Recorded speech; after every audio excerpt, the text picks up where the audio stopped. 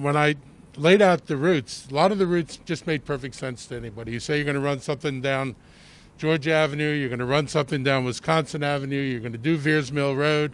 Everybody was like, those things make sense. And the question was, why are you doing this in the East County?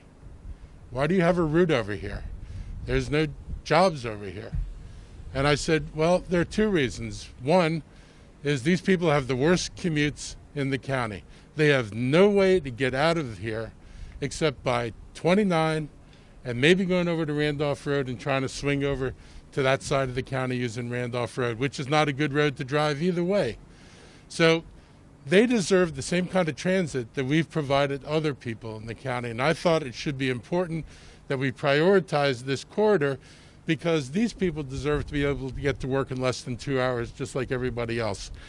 The other thing was, you don't have economic development over here because you've got no transit access. And if you think about, if we had 20/20 hindsight and we had thought as much about the East County as we thought about everything else in the county, we would have paralleled what we did on Wisconsin Avenue on 29. We would have made two development corridors, and we would have been able to have two successful parts of the county as opposed to having one part of the county which develops and the other part of the county which doesn't develop. But I'm happy to say that we got this done. And the council and the planning board saw the value of bringing this here. This will bring jobs here. This is regular service. We're talking about 15 minutes at the longest period, down to 7.5 minutes during rush hour. This is regular service that you can count on. And when we finish the work we want to do south of New Hampshire Avenue, it's even going to be faster. So people are going to get a regular trip, a reliable trip, all-day service, 5:30 in the morning till 12 o'clock at night.